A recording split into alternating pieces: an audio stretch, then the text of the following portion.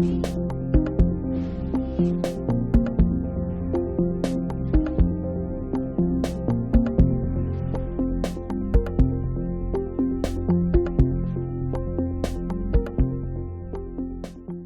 acta número 10 se aprobada por no haber sido objeto de observaciones. El acta número 11 se pone a disposición. La secretaria abogada dará lectura a la cuenta. Gracias, presidente. Tenemos los siguientes documentos para la cuenta. Oficio Su Excelencia el Presidente de la República, por el cual se presenta urgencia simple para el despacho del proyecto de ley que modifica la Ley General de Urbanismo y Construcciones para eliminar el grado inferior de la pena asignada al delito de loteo irregular, correspondiente al boletín 15.081-14. Oficio respuesta de la Asesoría Técnica Parlamentaria de la Biblioteca del Congreso Nacional, por el cual adjunta estudios sobre asentamientos informales, algunas alternativas de intervención, normas vigentes y aspectos perfectibles. Este documento con la información fue enviado a los correos de las y los integrantes de la comisión. Oficio del Ministerio de Vivienda y Urbanismo, mediante el cual adjunta un oficio de la Seremi de Vivienda de la región de Valparaíso, por el cual se le dio respuesta a los vecinos de los condominios Lojas, Mines y Los Paltos de la comuna de La Calera, que denuncian daños estructurales y filtraciones en el condominio. Adjunta informe técnico el Servio Valparaíso con lo observado en la visita de inspección realizada con recomendaciones para subsanar los problemas. Los antecedentes fueron enviados a los correos de las y los integrantes de la comisión. Oficio respuesta al Ministerio de Vivienda y Urbanismo, mediante el cual informa las medidas que se adoptarán para subsanar el déficit presupuestario que se generó para el financiamiento de los proyectos de viviendas sociales debido al alza de los precios de los materiales de construcción. Documento con el detalle fue enviado a los correos de los integrantes de la comisión. Oficio del Ministerio de Vivienda y Urbanismo, mediante el cual remite estrategia para enfrentar el déficit de vivienda denominado Plan de Emergencia Habitacional 2022-2025. Documento fue enviado a los correos de las y los integrantes de la comisión.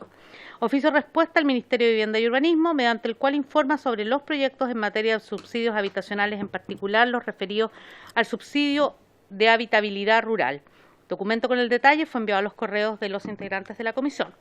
Oficio respuesta al Ministerio de Vivienda y Urbanismo, mediante el cual comunica que recibieron en audiencia a la presidenta del Comité Mirador 2 de la ciudad de Arica el día 22 de abril y se acordó realizar un estudio de suelo y estudios estructurales del edificio más Hidropac para preparar un proyecto de intervención mayor bajo la responsabilidad del Servio de Arica y Parinacota. Agregan que el 19 de mayo pasado la directora del Servio y la Seremi informaron que este estudio se encontraba en un proceso de licitación y que estaban informadas las dirigentes sobre el avance del proceso.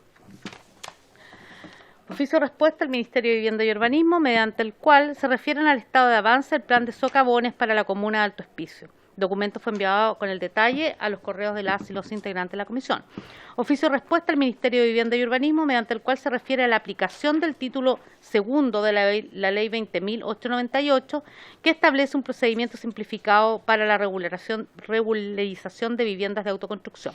Y finalmente, presidente, una nota del jefe de bancada republicana, por el cual comunica que la diputada señora Chiara Parchesi reemplazará al diputado señor Cristóbal Urruticoechea en la sesión de hoy. Esa es toda la cuenta, presidente. Gracias, señora secretaria.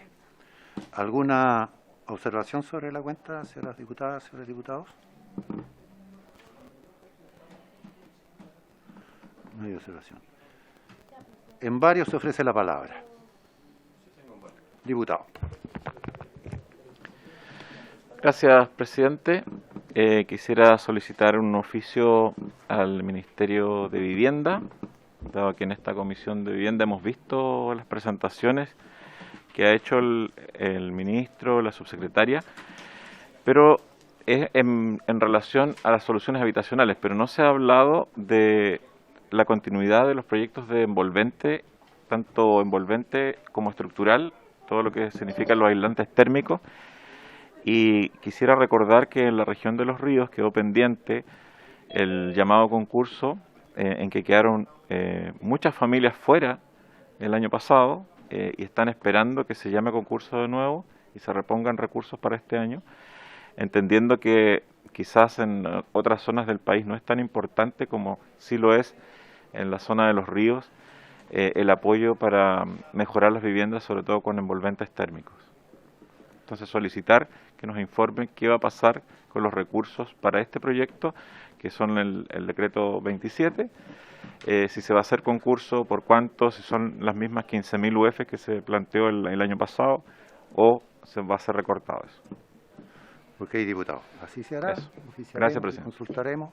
Vamos a tener probablemente la próxima semana al señor ministro acá y también aprovecharemos de hacerle algunas consultas de ese tipo. Sigue ofrecida la palabra. Diputada Noyao. Gracias, señor presidente. Tengo una inquietud y me gustaría tal vez analizarla en la comisión con respecto a cómo se está aplicando esta solicitud que a través de la ley de humedales urbanos han solicitado los diversos alcaldes de las comunas del país, donde hay afectaciones y habían emplazado proyectos de vivienda, y que sería importante conocer algunos antecedentes de parte del Ministerio, pero también el avance que pudiera estarse dando a través de la ministra de Medio Ambiente, para que podamos también conocer de parte de ella cómo ella está aplicando estos tiempos en los cuales se tiene que definir si están incorporados o no dentro de un estudio, y si se dispone del recurso para que éstas puedan ser licitadas. Porque lo que está sucediendo, señor presidente, es que si no se disponen de los recursos, va a terminar retrasando en las resoluciones que el Ministerio de Medio Ambiente tiene que emitir con respecto a afectaciones que se habrían estado instalando en proyectos urbanos. Lo hablo precisamente por la comuna de Osorno, pero esto también está afectando a otras comunas, como el caso de Frutillar mismo, el caso también de Puerto Montt. Entonces, ante eso, ¿cuál es, entendiendo de que esta aplicación de la ley se tiene que realizar, y de qué manera lo está abordando el Ministerio de Medio Ambiente? Esa es la pregunta. Los tiempos que está desarrollando y cómo y cuándo le va a responder a las diversas organizaciones o a los alcaldes que son quienes han hecho llegar esta solicitud de declaración de humedales urbanos. Entonces, por lo tanto, igual una mirada de poder abordarlo con los planteamientos que han hecho organizaciones de vivienda, unión comunal, comités de vivienda, y que les preocupa el caso del emplazamiento de un megaproyecto para la comuna de Osorno, pero esta es una aplicación general, entonces también debiera verse de qué manera se van a abordar, en qué tiempo van a estar estas respuestas, porque a las organizaciones les preocupa urgentemente que al menos estas coordinaciones y estas definiciones políticas se resuelvan. Ok, diputada, me parece muy bien. Hemos tomado nota, vamos a hacer las consultas. Sigue ofrecida la palabra. Diputada. Presidente, muchas gracias y buenas tardes a todos los presentes y las personas que están conectadas. Mire, estuve revisando la respuesta que nos hiciera llegar el ministro de Vivienda respecto al tema socavones. Lo que solicitamos, porque se anunció un monto bien alto de inversión para poder recuperar las viviendas de miles de familias afectadas en la comuna de Alto Hospicio. Pero me llama profundamente la atención la respuesta. Entonces no sé si existe espacio para poder analizar esto acá, porque en el fondo lo que uno ve es que finalmente la mayor parte de la inversión ha sido para arriendos, albergues transitorios, pero en el fondo casi no se ha reparado vivienda. Y la pregunta es, porque aquí no se ha ejecutado ni siquiera la mitad del presupuesto, hay un tercio según lo que anuncian acá. Me parece que si seguimos en esta misma vía no vamos a tener solución. Entonces, de verdad es muy preocupante la situación de familias que esperan no del año 2019, sino que desde hace muchos más años atrás con este problema.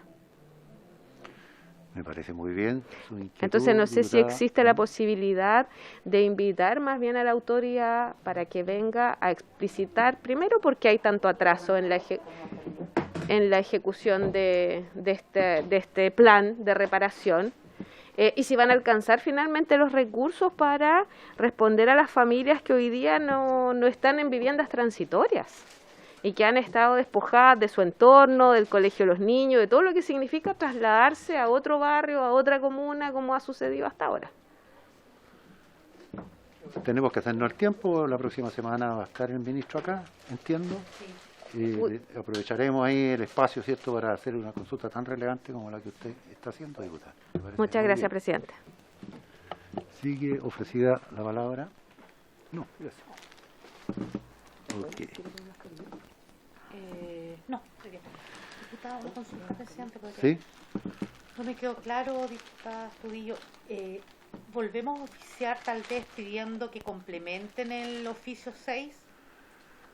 Considerando que se demoran mucho en responder, porque acuérdense que esto lo oficiamos en marzo y que recién llegó la respuesta ahora, yo preferiría más bien que nos explicaran, que viniera una persona del área técnica, a lo mejor acompañando al ministro, que pudiera desglosar en forma más detallada este plan que se anunció el año 2019, con bombos y platillos, y que esperanzó a mucha gente que iba a recuperar su casa.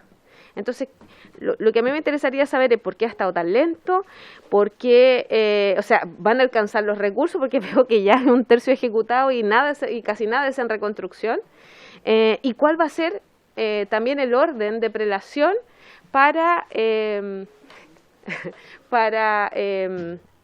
ir dando respuesta a los distintos afectados que hoy día están, porque hay mucha inseguridad y además hay requisitos nuevos que está exigiendo hoy día Serviu, está dejando fuera las ampliaciones de las viviendas. O sea, hay muchas dudas al respecto que yo quisiera que el ministro pudiera o alguien de su equipo, que no le estime pertinente, nos pudiera aclarar esta situación, porque está en una nebulosa y afectando a demasiadas familias de mi región. Entonces, no sé si hay que, como ya está invitado, si se le puede pedir, pero un oficio, la verdad es que yo siento que no es la respuesta. Viene por no sé si le podríamos ampliar tal vez la invitación del 13, porque él viene el 13 para el plan habitacional de emergencia. Sí. Pero habrá que buscar un espacio para hacer esas consultas que son tan relevantes y que llevan tantos años esperando. Yo creo que a lo mejor las dos cosas, diputadas, son importantes. Oficiar, para tener una respuesta algún día, ¿cierto?, por escrito, y también preguntar acá, ¿cierto?, al ministro que va a estar presente acá. O sea, buscaremos el espacio. Sí. Que se va a referir al plan Sí. de socavones para que venga preparado. Sí. Ahora, oficiamos, perdón, presidente, de suyo, oficiamos al ministro y al Ceremi de Vivienda de Arica o de Tarapacá, perdón, o solo el ministro. A los dos. Ya. Uh-huh. Sí, el ministro de Sí. Medio Ambiente y ministro de... Sí, exactamente, me parece. Sí, ofrecía la palabra. Diputada. Gracias, presidente. Presidente, la semana pasada, cuando estuvo la subsecretaria, yo le planteé una situación, dos situaciones que tenían que ver con la postulación de los comités habitacionales. Cuando hoy día se llama a postular, le piden un 30% sobre el 40% de vulnerabilidad y un 70% bajo el... Y hoy día con la ficha de protección social se ha ido aumentando, entonces ha sido muy complicado, entonces presenté un proyecto de resolución al respecto. Y el otro tema, que también se lo presenté ahí, que tiene que ver con la resolución exacta 1659, que señala que hubo una modificación en esa resolución, porque antes lo único que señalaba era una carta de compromiso cuando los terrenos eran del Serviu, o había que comprarlo. Y después se modificó, y hoy día quienes acceden a un comité habitacional, quien accede a un terreno, ya sea Serviu o comprarlo, tiene que pagar una cierta cantidad de UF según el tramo en que esté. Y estamos hablando de las más vulnerables, tienen que pagar sobre $1 millón de pesos. ¿Ya? Entonces, tengo lista un proyecto de resolución para pedir que se queden exentos, dada la situación económica, que queden exentos. Entonces, lo presento acá, presidente, porque quería solicitarle a todos los que integran esta comisión si pudiesen firmar esta resolución para que la presentemos en el fondo con, ojalá, todos los integrantes del comité, y que sea transversal, porque yo creo que es para todo Chile, es para toda la gente. Entonces solicito por su intermedio, si tienen a bien, yo pudiese presentarle a cada uno de ustedes, como por la línea que corresponde, por el procedimiento que corresponde, para que me pudiesen apoyar en ese proyecto de resolución. Perfecto, yo en lo personal no tengo ninguna objeción. No sé. Sí, no, el otro, el segundo, el de resolución exenta. ¿Sí? Pues, para poder pedírselos a todos, ¿sí? ¿Diputado? ¿Sí? ¿Para que se los manden? No hay Perfecto. problema. Ya, ok, muchas gracias. Gracias. Ok. Bien, la orden del día se recuerda a la señora y señores diputados que según los acuerdos de los comités, quienes se conecten vía Zoom deben hacerlo desde un lugar cerrado. Quienes los hagan desde un auto, no enciendan su cámara, quedarán inexistentes.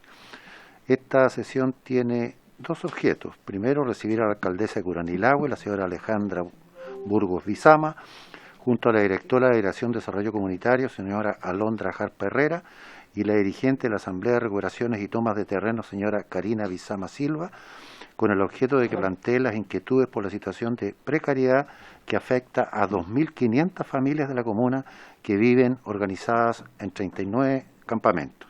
Y dos, continuar, ¿cierto?, con el estudio del proyecto que modifica la Ley General de Urbanismo y Construcciones y el Código Sanitario. Entiendo está presente la señora alcaldesa, la señora Alejandra Burgos. Pero está pidiendo la palabra la diputada Marchesi. Diputada Marchesi, ¿está solicitando la palabra?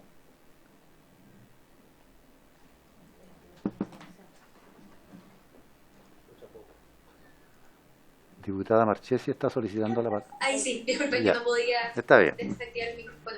Buenas tardes, vengo en representación del diputado Urruticoechea. Tenía una duda respecto a lo que leyeron recién. En caso de estar en el auto, y no se puede hablar, ¿cierto?, ni votar. ¿Tampoco se queda asistente? ¿Y esto es para todas las comisiones? Tengo esa duda, por favor. Me gustaría que le respondieras tú.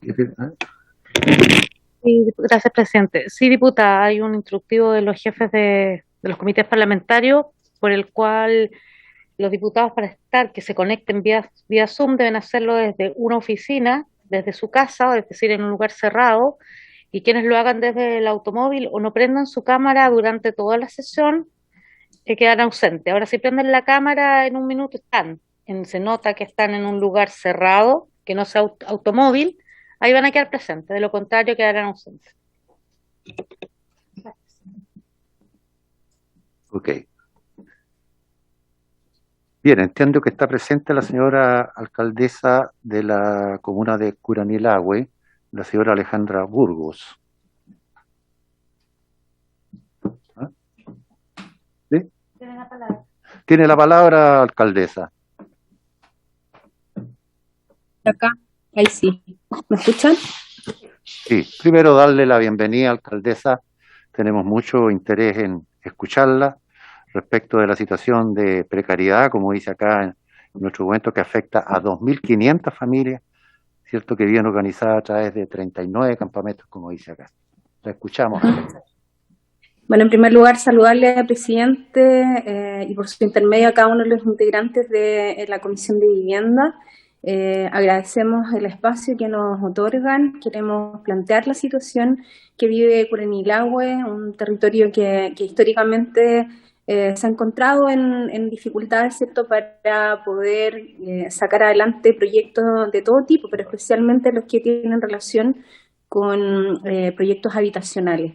Esto principalmente dado porque tenemos dificultades en nuestra expansión territorial. Nosotros contamos con un plan regulador del año 1982, en pleno apogeo del aumento del modelo forestal, y actualmente estamos rodeados por territorio que es de propiedad forestal Arauco, razón por la cual nos hemos mantenido en un trabajo a mucha profundidad con la empresa también para poder ampliar nuestros territorios. Sin embargo, a la fecha, al día de hoy, nos encontramos con una serie de dificultades que se dan principalmente por la manera en cómo el Estado, ¿cierto?, resuelve la materia habitacional, que tiende a ser bastante inflexible y poco apropiada para las soluciones que se requieren en espacios que han sido irregularmente, es cierto, ocupados, pero que actualmente finalmente son miles de familias las que están viviendo en esos lugares con condiciones sanitarias muy precarias, similares a las que vivía el siglo pasado, a inicio del siglo pasado en nuestro país, sin baños, sin agua potable, sin luz eléctrica y sin mantención de camino.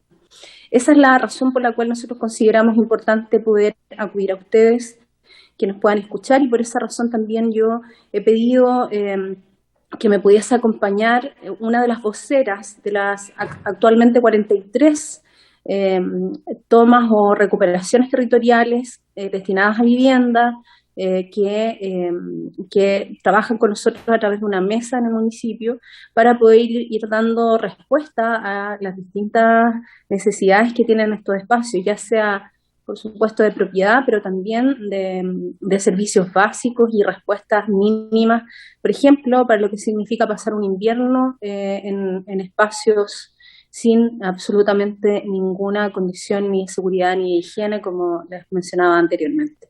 Es por esta razón entonces que yo voy a pedir que podamos recibir a la dirigente Karina Bizama para que pueda dirigirse. Yo estoy en este momento desde Concepción, por eso estoy en otro espacio distinto de los dirigentes y de la directora de Desarrollo Comunitario.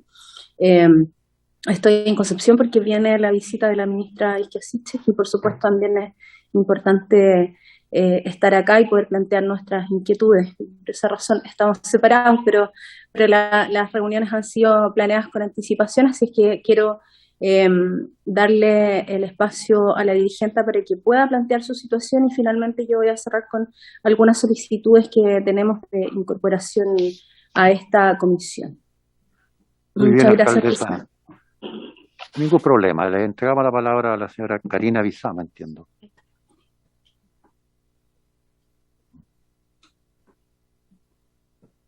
Muy buenas tardes a todos los presentes. Hace décadas que nuestra comuna ha tenido complicaciones para crecer y desarrollar proyectos habitacionales, ya que cerca del 80% del territorio es propiedad de las grandes empresas forestales. Por lo anterior, es que como familias decidimos comenzar a ocupar terrenos para tener un lugar donde vivir. Actualmente somos una organización que agrupa a 43 campamentos y creciendo, aproximadamente 3.000 familias en la comuna de Curanilahue. Por lo anterior, ante esta realidad, es que el Estado debe hacerse cargo, por lo cual solicitamos lo siguiente. 1. Que se abra de manera urgente un nuevo censo para los campamentos, ya que la información existente no está actualizada, y fortalecer con recursos extraordinarios la línea de asentamientos precarios del Ministerio de Vivienda. 2. Promover con recursos frescos al municipio para poder ir en apoyo y mejoramiento de la habitabilidad y servicios básicos de las familias que habitan en los campamentos. 3. Que las grandes empresas forestales y de ferrocarriles del Estado otorguen los permisos urgentemente para que el Estado y los municipios puedan ayudar directamente a las familias en campamentos en relación a los servicios básicos de agua, electricidad y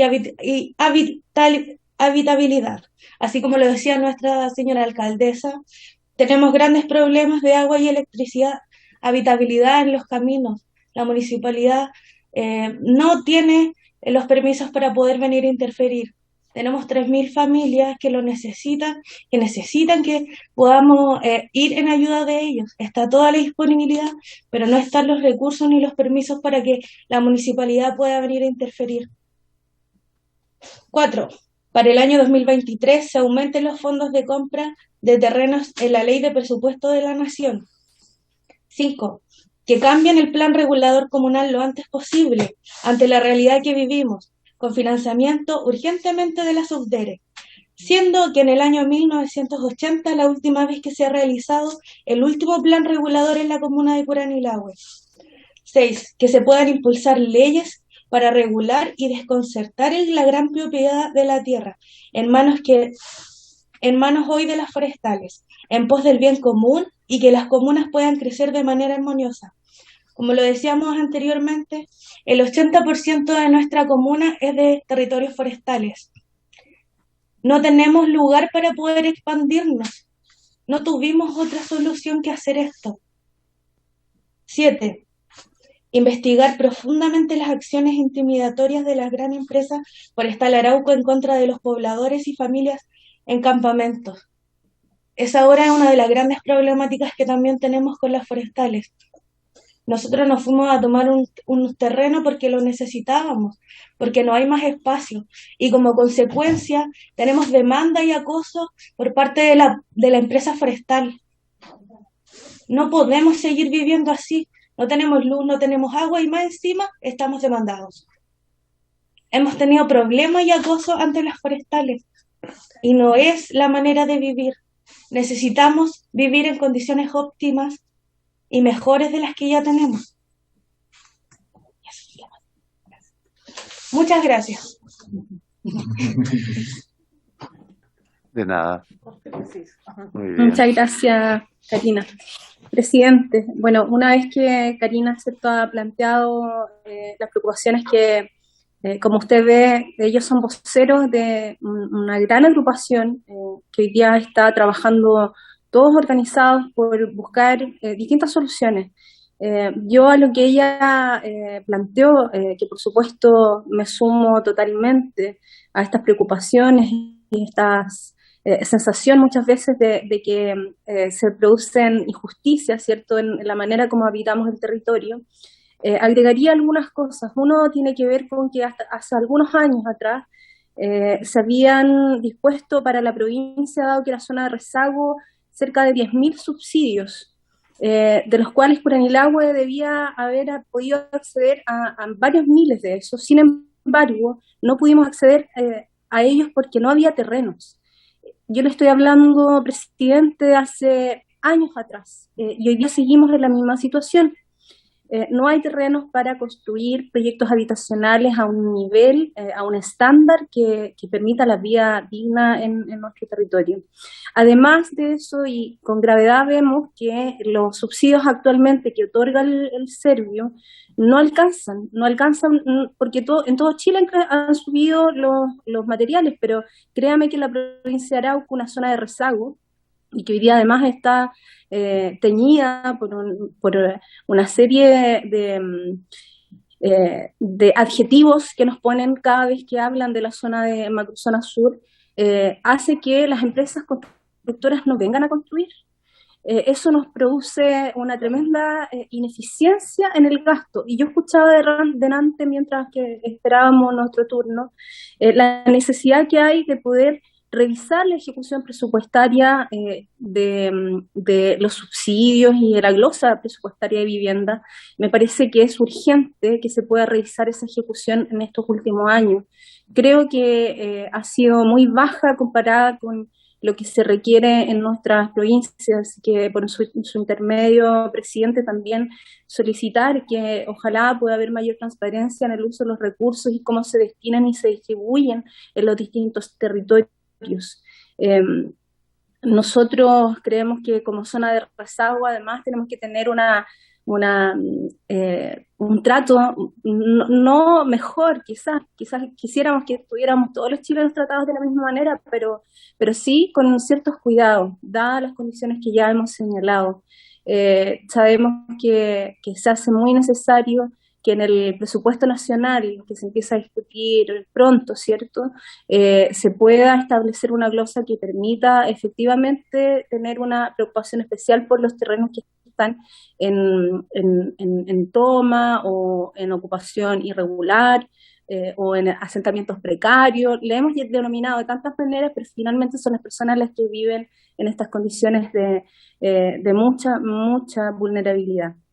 Entonces, en ese sentido, presidente, quiero pedirle dos cosas principalmente por su intermedio, que la Comisión de Vivienda pueda destinar una subcomisión que se encargue especialmente de lo que tiene que ver con los campamentos. Los campamentos que hay en el norte de Chile son muy distintos a los del sur. Los campamentos que hay en el sur de Chile son principalmente de autoconstrucción y por lo tanto las soluciones que podamos entregar requieren de una mirada especial. Y por esa razón que, considerando la importancia que tiene en este momento esta comisión para que efectivamente se pueda hacer realidad la serie anuncios que entregó el ministro Monte hace algunos días atrás, nos parece que no puede ser que la Comisión de Vivienda no cuente con una subcomisión que aborde los distintos desafíos que tiene esta materia. Esto también porque hay mucho prejuicio y hay mucho de opiniones, muchas veces sin mucho respaldo respecto de quiénes son los que habitan o que ocupan estos terrenos. Nosotros somos testigos diariamente, hay personas que dicen que la mayoría de las personas que están en estas situaciones son personas que no cuentan con, o que no tienen la necesidad realmente, que tienen más de una propiedad o que una serie de otras cosas. Cuestión que nosotros hemos ratificado en la práctica que no más del 10% está en esa situación y el resto del 90% no tiene esa situación de tener solvencia u otras propiedades que le hubiesen permitido vivir en otras condiciones. Entonces nos parece que es necesaria una comisión que se encargue especialmente, dadas las condiciones especiales de los campamentos en todo Chile, que en todo Chile además son distintos. Y por último, pedirle, presidente, que por su intermedio también se pueda pedir al Ministerio de Vivienda la destinación de equipos especializados, porque podemos tener mucha plata, muchos recursos para poder bajarlos, pero si no hay equipos que se encarguen de elaborar los presupuestos, de elaborar los proyectos, perdón, y ejecutar aquellos proyectos, vamos a terminar, como hoy día estamos en Curanilahue, con una plaza votada por Servio. Lleva ya un año la plaza sin ningún grado de avance porque Servio no fue capaz. Nos dejaron votados y ahí seguimos esperando a que el Estado, a través del Servicio de Vivienda y Urbanismo, se haga cargo. No ha sido posible, entonces no quisiéramos que pase lo mismo con el plan de vivienda, que nos comprometemos a avanzar, ¿cierto?, en miles de soluciones habitacionales, que los municipios estamos disponibles para poder avanzar, pero que en la práctica lo que falta es el equipo técnico de parte del Servio para que pueda ejecutar las lindas intenciones y buenas intenciones que tiene el Ejecutivo. Para eso nos parece que es necesario no solamente discurso, sino también acción. Y es por eso, presidente, que a través de suyo también pedirle que el Ministerio de Vivienda pueda contarle a ustedes como comisión cuáles son los planes, ¿cierto?, y la programación del trabajo que tienen de aquí a el término al menos del gobierno actual. Con eso, presidente, agradecerle nuevamente la disposición que ha tenido la comisión para poder recibirnos y ojalá podamos en el futuro contar con algunas de estas soluciones que se le ha planteado en esta intervención. Muchas gracias a usted y a cada uno de los integrantes de esta comisión. Gracias, alcaldesa. No podemos sino sumarnos, ¿cierto?, a las inquietudes que usted tiene y que también las dirigentes que recién escuchamos tienen. Efectivamente, hay un problema grave, ¿cierto?, en el país que tiene que ver con el suelo, que es uno de los temas que tiene complicado al Estado, al gobierno, de poder cumplir la meta de las 260.000 viviendas que comprometió en los 4 años. Vamos a tener el próximo miércoles en nuestra sesión al ministro de Vivienda.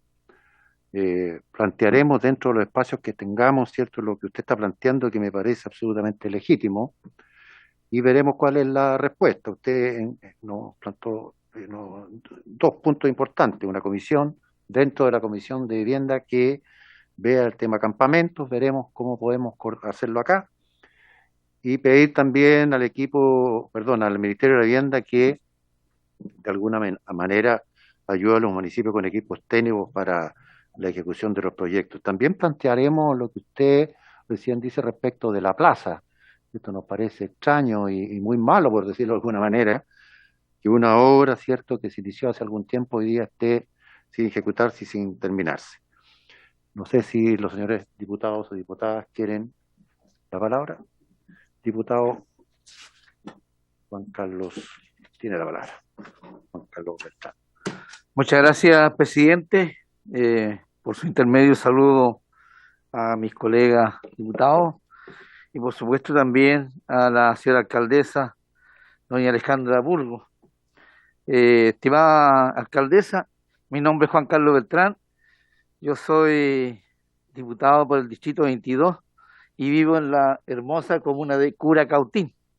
Y le comento esto porque generalmente me llegaban cartas de Curanilahue a Curacautín, siempre como que se confundía un poco, así que un gusto de conocerla sí, y saludarla.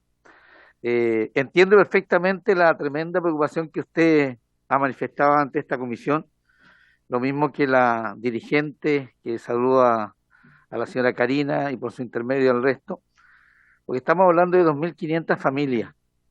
A mí me preocupaba cuando señalaban que se habían tomado por distintas razones un terreno y pensaba, mientras escuchaba a ambas personas, la posibilidad de que a través de la Subdere se pudieran comprar terrenos, pero el problema está más de fondo porque no hay terreno en esa zona, de acuerdo a lo que plantea. Entonces, es más complejo aún el tema. Y en ese mismo sentido, señor presidente y estimada alcaldesa, yo tengo en mis manos aquí, claro, un resumen del plan de emergencia habitacional que anunció el ministro, y dentro de eso aparece el último, que es el programa Construyendo Barrios. Y en este programa señala que cerca de 80.000 familias viven en situación de campamento y se van a intervenir 300 campamentos, dice, o asentamientos irregulares.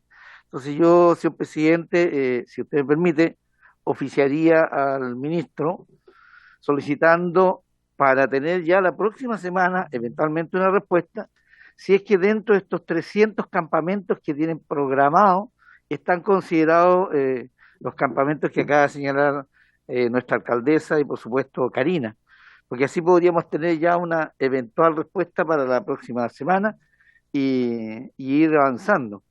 Así que eso, señor presidente, y también considero oportuno lo que planteaba la alcaldesa cuando nos habla también de una glosa para compra de terrenos en toma irregular. No sé desde el punto de vista legal si eso realmente se podrá, pero son ideas que uno escucha y que lo plantean autoridades comunales, y yo siempre he dicho que uno tiene que escuchar, se verá al minuto si realmente procede legalmente, pero en lo personal, con esto termino, señor presidente, quiero ser solidario con la señora alcaldesa y sobre todo con los dirigentes que son los que trabajan por lograr una vivienda digna. Eso es más, presidente, muchas gracias. Gracias, diputado Juan Carlos Beltrán. Sigue ofreciendo la palabra. Diputada Nullao. Gracias, señor presidente. Quisiera saludar a la señora alcaldesa, doña Alejandra Burgos, también a la dirigente, a doña Karina Bizama. Es preocupante lo que han expuesto, pero también creo que hay que llevar a cabo resoluciones que tienen que ver en el ámbito comunal, y en eso yo creo que la señora alcaldesa va a poder también acompañar, dado que ella está un año recién en el cargo. Han habido otros hombres, la primera mujer, a la cual también felicito en el rol que está dando cumplimiento, pero con respecto a lo que ya señalaba anteriormente el diputado que me antecedió, con ese oficio que se va a enviar de esta comisión, por lo menos también el señor ministro tendrá que activar a las autoridades regionales y provinciales para que puedan generar una coordinación donde se tiene que establecer en coordinación con el municipio que no tan solo, obviamente, la resolución va a ser de parte de la municipalidad ni del Servio, sino que tienen que haber actores como también el Ministerio de Obras Públicas, Bienes Nacionales, otras instituciones, y el rol preponderante sí lo tiene la señora alcaldesa, en los cuales las dirigentes plantearon el poder disponer de recursos para contar con un plano regulador mucho más amplio. Es una gestión que le compete a los municipios, y las solicitudes de recursos de las subderes que debiera llevarse como comisión debiéramos hacer tales oficios. Con respecto al diálogo que hay que llevar a cabo, y en eso hay que hacer la revisión de los títulos, respecto a los permisos que requieren tanto de ferrocarriles como de forestales, las instituciones que pueden comprar, en este caso, aquellos espacios sustentados en la pérdida territorial, es la Corporación Nacional de Desarrollo Indígena, una, pero por otro lado también los municipios están habilitados para comprar, en este caso, parte de lo que requieren para estos 43 campamentos. Yo creo que igual, entendiendo que son muchas familias en las cuales ustedes señalaron, debe establecerse ahí sería importante conocer, gran parte de ellos están en el predio que hoy día está a nombre de la Forestal o de Ferrocarriles. Esos antecedentes por lo menos debieran ser remitidos a la Secretaría de la Comisión para que se puedan revisar, porque no va a terminar esta resolución hoy día con una audiencia para ustedes, sino que es importante también que desde la Comisión le hagamos el seguimiento que corresponde.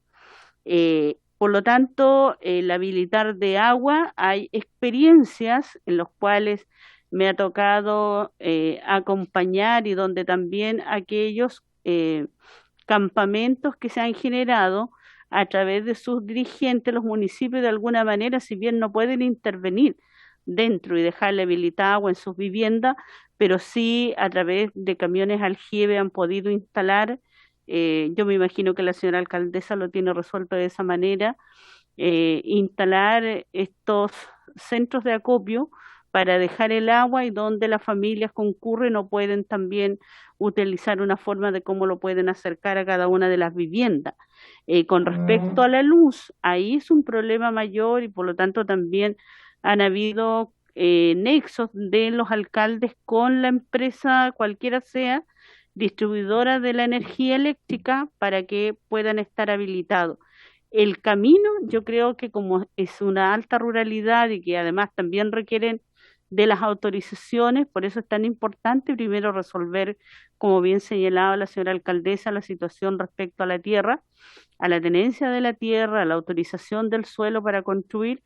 En ese caso también hay que hacer aquellas gestiones, porque lo único quienes podrían intervenir de manera provisoria pudiera ser tal vez lo mismo que se hace con el agua, es poder dejar acopiado, donde el municipio podría tener un plan con el Ministerio de Obras Públicas para dejar acopiado una cantidad de ripio que esta además pudieran permitir que las familias puedan ingresar, porque en el interior, en esa propiedad que lo consideran privada, no van a querer ingresar presupuesto. Por lo tanto, me ha tocado vivir esa situación con comunidades y que con las voluntades políticas de sus autoridades, como la tiene la señora alcaldesa, por tal su preocupación de exponer en esta comisión, creo que es necesario también apoyarla en eso.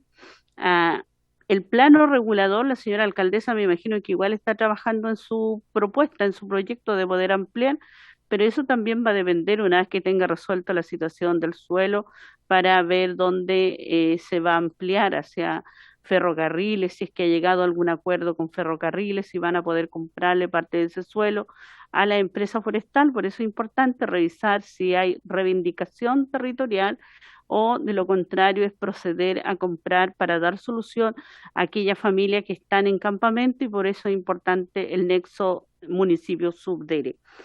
Y ante la solicitud de una subcomisión es importante que se pueda evaluar acá, pero tampoco va a resolver, por eso es importante que ustedes en estas coordinaciones y en la que hemos recibido de parte de la señora alcaldesa y de parte de las organizaciones para que el Ministerio de Vivienda y Urbanismo pueda generar los nexos, el acercamiento que se requiere con su Ceremi en la región y además con las personas que le corresponden hacer el trabajo mucho más técnico y la coordinación que es clave de la delegación regional y provincial. Ellos no pueden estar ajenos a una situación tan difícil que les toca enfrentar a la familia en este invierno, entonces por lo tanto yo creo que hay que ir pensando en cómo se va a adquirir la tierra que necesitan, el suelo para la construcción, y esa debe ser un debate que hay que generar y me imagino que también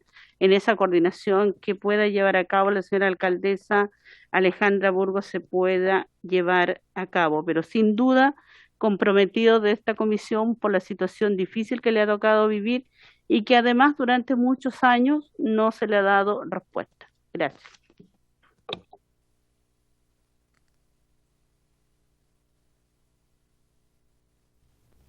conversar el tema, vamos a trabajar en el tema con tal... Su micrófono. Perdón. Alcaldesa, vamos a revisar sus solicitudes. Como bien dice la diputada Nullado, hay temas que son de resolución más bien ministeriales, municipales, que nuestras. Vamos a hacer el aporte que nos competa a nosotros, ¿cierto?, como comisión. Decirle también que justamente el ministro viene a hablar del plan de emergencia habitacional que el gobierno está poniendo a disposición del país. Haremos las consultas respecto de si algunos de los campamentos que están en su comuna están en el listado del número de campamentos que ellos van a atender, y cierto, le informaremos cuando tengamos respuesta de parte del Ministerio de Vivienda de las solicitudes que usted nos está haciendo. Le agradecemos mucho su presencia, saludar y despedirnos también de nuestras amigas de los comités y de los campamentos que están escuchándonos. Esperamos poder cooperar en los que nos compete, les reitero, ojalá de la mejor forma posible. Muy buenas tardes y muchas gracias.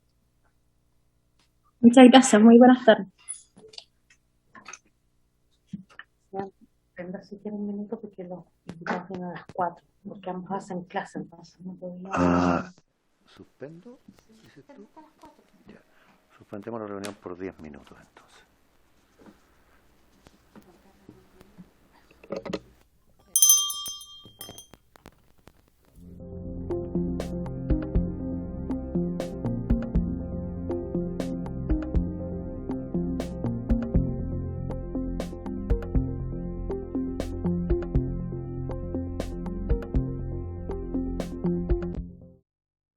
Nuestra reunión en el punto 2. Entonces vamos a continuar con el estudio del proyecto que modifica la Ley General de Urbanismo y Construcciones y el Código Sanitario para incorporar el principio precautorio y la participación ciudadana en las decisiones de autoridades administrativas facultadas para disponer el retiro de industrias y similares que causen daños y o molestias a la población. Asiste invitado el abogado profesor de Derecho Administrativo de la Universidad de Chile, señor Luis Cordero Vega, el señor abogado y profesor de Derecho y Regulación Ambiental de la Universidad de Chile, señor Ezio Costa Cordela. Él está. El señor Cordero está, ¿cierto? Muy buenas tardes, señor Cordero. Bienvenido a nuestra comisión y le ofrecemos la palabra. Muchas gracias, buenas tardes. Muy amable por la invitación. Yo haré breve uso de la palabra para luego quedar a disposición de las preguntas o interrogantes que ustedes pudieran tener sobre las razones que voy a argumentar a continuación. En esta breve explicación, yo he leído el proyecto y antes de emitir mi opinión me gustaría ordenar esto en tres aspectos. Uno tiene que ver con cuál es la racionalidad de las reglas que pretende modificar este proyecto de ley. En segundo lugar, advertir a los honorables y honorables diputados y diputadas que existen algunos criterios jurisprudenciales que es conveniente que ustedes tengan en consideración. Y por último, tres comentarios específicos que yo tengo sobre la propuesta, ¿no? En la primera, me gustaría advertir que las reglas que están en juego, tanto de la Ley General de Urbanismo y Construcciones cuanto del Código Sanitario, tienen dos racionalidades que son relativamente distintas, ¿no?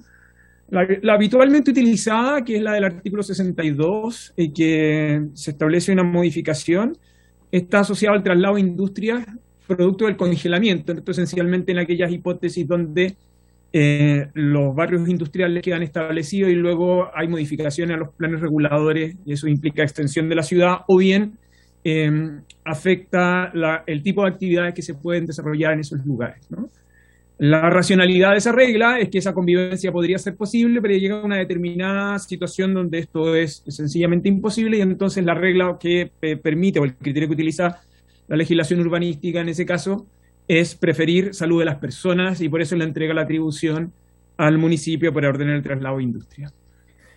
La segunda de las hipótesis, que es la que es compatible en la regulación, ¿no?, del Código Sanitario, con el artículo 160 es una hipótesis distinta, que es aquella donde el emplazamiento de esos establecimientos se encuentran establecidos, pero evidentemente también pueden estar provocando afectaciones a la comunidad. Ambas regulaciones son anteriores a la legislación ambiental y, por lo tanto, al amparo de estas reglas se han suscitado una cantidad de controversias que creo que son importantes de considerar.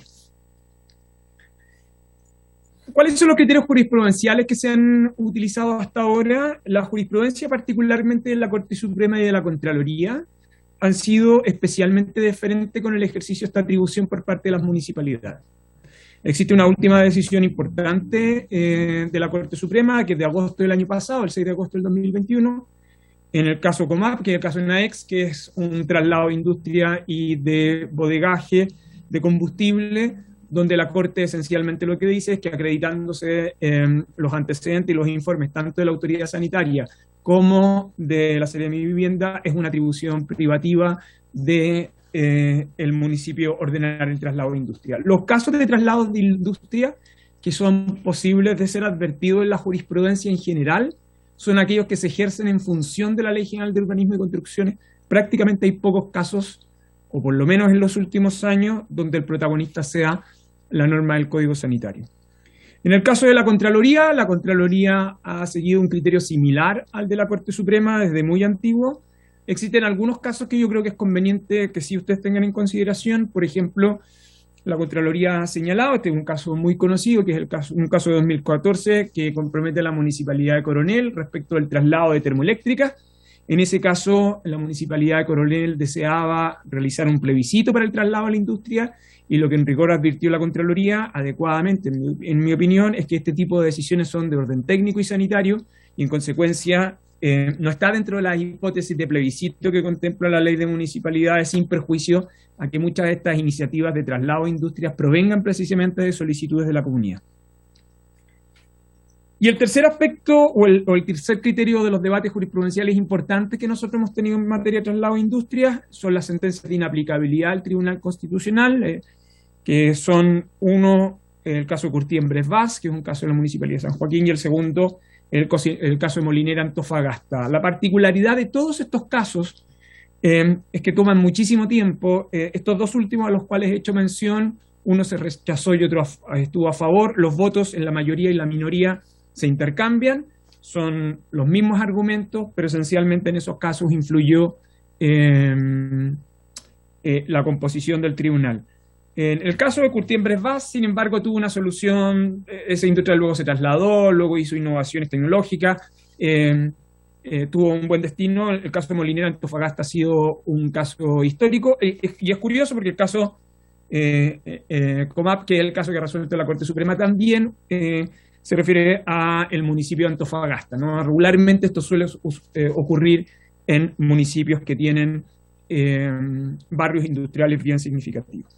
Yo voy a concentrar, dado ese marco conceptual y esos precedentes jurisprudenciales a los cuales he hecho mención, es decir, que son normas que han estado sometidas a escrutinio y a estrés por parte de distintos órganos jurisdiccionales para comprender su interpretación, me quiero detener en tres comentarios que me merecen el texto que está aquí planteado, que son comentarios más bien destinados a orientar lo que creo que pueden ser algunas aproximaciones de mejora al texto que está planteado. El primero, el texto trata o utiliza esencialmente la expresión industrias y utiliza los mecanismos o las expresiones que utiliza la Ordenanza General de Urbanismo y Construcción, es decir, los establecimientos industriales o aquellas instalaciones que tienen impacto similar al industrial, y pone los grandes depósitos, talleres o bodegas industriales. En estricto rigor, el proyecto de ley en este sentido creo que reconoce la regulación explícita que existe sobre esta materia en el 2.1.28 de la Ordenanza General de Urbanismo y Construcciones. Lo que quiero decir con esto es que el proyecto con esto no hace sino recoger una regulación que ya se encuentra en la legislación urbanística, en la ordenanza, que es el texto que va adaptándose progresivamente, pero además, esto también es relevante, la propia jurisprudencia hasta ahora ha entendido que pese a que la expresión legal se refiere a industrias, entiende que dentro de ese concepto está este concepto amplio de establecimientos industriales a los cuales hace mención el proyecto de ley. En esos términos, por cierto, el proyecto, en mi opinión, no hace sino reconocer el criterio de la ordenanza y el criterio que la propia jurisprudencia, particularmente la Corte Suprema, ha entendido que se aplica a este tipo de establecimientos. ¿Y por qué esto es tan relevante? Por un aspecto que quizá no resulta evidente del texto que está aquí planteado. Estas son normas que están vinculadas, y es que, para conocimiento, y probablemente ustedes lo conocen, ya están bastante informados sobre este punto, los establecimientos industriales están sometidos a calificación industrial. Esa calificación industrial es relevante para el tipo de uso o de actividades que se pueden realizar respecto al tipo de uso del suelo, y en consecuencia son normas que se encuentran interrelacionadas, ¿no? Esas otras normas no son necesarias de ser modificadas, pero es conveniente que ustedes tengan claro que esta referencia, esta primera modificación que se propone en el artículo 62 y en el 160, al igual que en la norma del Código Sanitario, incorpora criterios que ya se encuentran establecidos por parte nuestra. El segundo aspecto que me parece que es relevante y que en algún sentido precisa la propuesta es el rango o el estándar. El rango de estándar, es decir, cuál es el criterio que es utilizado por la autoridad, ¿no?, en referencia a la regla de competencia de la ley para efectos de decretar u ordenar el traslado industrial. Este aspecto es clave porque resulta que el municipio toma una decisión en base a los antecedentes de los informes técnicos que son emanados de dos autoridades distintas, que son, por un lado, la autoridad sanitaria y por el otro, el Ceremi de Vivienda. Y lo que opta el proyecto de ley es ocupar criterios referenciales de normas de emisión y normas de calidad, y luego hace referencia, ¿no?, a que esos informes sectoriales deben considerar principio precautorio, considerando la protección de la salud, seguridad, medio ambiente y bienestar de la población. Yo creo que acá yo tengo dos observaciones que me parece que son, que a mí me gustaría señalar. El criterio del estándar, ¿no?, pese a que son normas bien abiertas y que hasta ahora la jurisprudencia no ha cuestionado en demasía el estándar que ha utilizado la autoridad, en mi opinión, esto probablemente los autores lo podrían explicar mejor que yo, está vinculado con una jurisprudencia de la Contraloría, que dado que estas son actividades que requieren de calificación industrial, la jurisprudencia de la Contraloría, especialmente respecto a actividades contaminantes, ¿no?, señala que se deben ocupar los criterios referenciales de orden ambiental. Yo solo tengo dos comentarios en esta parte. La primera es que me parece que no solo debieran considerar aquellas elementos o criterios técnicos que están vinculados a normas de calidad de emisión, sino que también a planes de descontaminación. Esto es importante, prácticamente en casi todas las ciudades, capitales de regiones, tenemos planes de descontaminación vigentes, son extremadamente importantes, hay muchas medidas que están vinculadas a establecimientos industriales, y me parece que si se están listando estándares, no debiéramos excluir la hipótesis de referencias de planes de descontaminación. Y lo segundo, que yo logro entender la lógica de el criterio precautorio, pero en materia ambiental, la reforma del 2010, para cumplir el mismo fin al cual hace referencia los autores del proyecto, la reforma del 2010 del Congreso, frente a la inexistencia de criterios de referencia de calidad o emisión, esto vinculado a impacto de salud de las personas, ocupó la expresión riesgo, ¿no?, riesgo de salud de las personas. No quiero decir con esto que sea más preciso que el precautorio, yo logro entender la incorporación de la lógica del principio precautorio, pero probablemente le da una mayor precisión. Y lo tercero es que conjuga lenguajes que vienen de épocas distintas. El concepto de bienestar de la población es un concepto que proviene del Código Sanitario, estamos hablando de la década de los 60, pero creo que esa categoría queda lo suficientemente bien advertida por las hipótesis anteriores, es decir, protección de salud, medio ambiente y seguridad. Por cierto, no daña la existencia de bienestar de la población, pero es conveniente que ustedes la tengan presente. Y mi última observación al proyecto tiene que ver con las cuestiones que están asociadas a participación ciudadana. Yo en esta parte advertiría lo siguiente. Uno de los aspectos claves que se ha logrado establecer por la jurisprudencia es que al decretar el traslado de industrias, esta es una decisión de la autoridad municipal previo informe técnico. Es decir, los afectados sistemáticamente han cuestionado que no se incluya un procedimiento administrativo específico de carácter adversarial para realizar o formular sus observaciones. La manera en que está planteada la participación ciudadana, haciendo referencia a las ordenanzas, pero al parecer tratando de que el proceso de participación se desarrolle al momento de adoptar el traslado de industria, en algún sentido, en mi opinión, compromete la eficacia de la medida. Es decir, la jurisprudencia lo que esencialmente ha dicho hasta ahora es que no está obligada a abrir un procedimiento administrativo adversarial, esto pensando en los intereses de la industria afectada, no es una decisión de contenido técnico. Lo que quiero decir con esto es que, entendiendo el propósito de los autores, esa apertura de participación lo que hace es generar un procedimiento adversarial en el proceso de traslado de industria, algo que por ahora la jurisprudencia ha sido reacia a abrir como mecanismo, dado que es una decisión de contenido técnico. Lo anterior no significa que el procedimiento de traslado de industria no pueda tener un inicio o un origen en solicitudes de la comunidad, por ejemplo, ¿no? De hecho, los casos más emblemáticos de la jurisprudencia no son decisiones de oficio por parte de los municipios, sino que son decisiones que tienen su origen en solicitudes de la comunidad organizada. Prácticamente todos los casos que yo he descrito con anterioridad se encuentran en esa condición.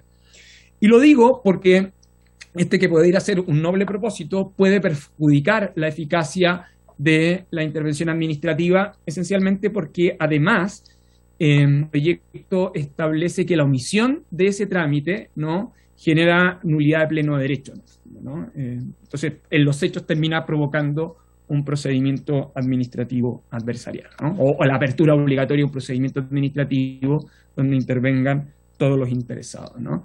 Si esa fuera la figura, probablemente quizá uno debiera observar más el símil que el Congreso ha aprobado en el caso de renovaciones o otorgamiento de patente de alcoholes, pero no exclusivamente, creo yo, en la manera en que ahí se encuentra establecido. Y por último, y con esto cierro, me faltaba un cuarto comentario.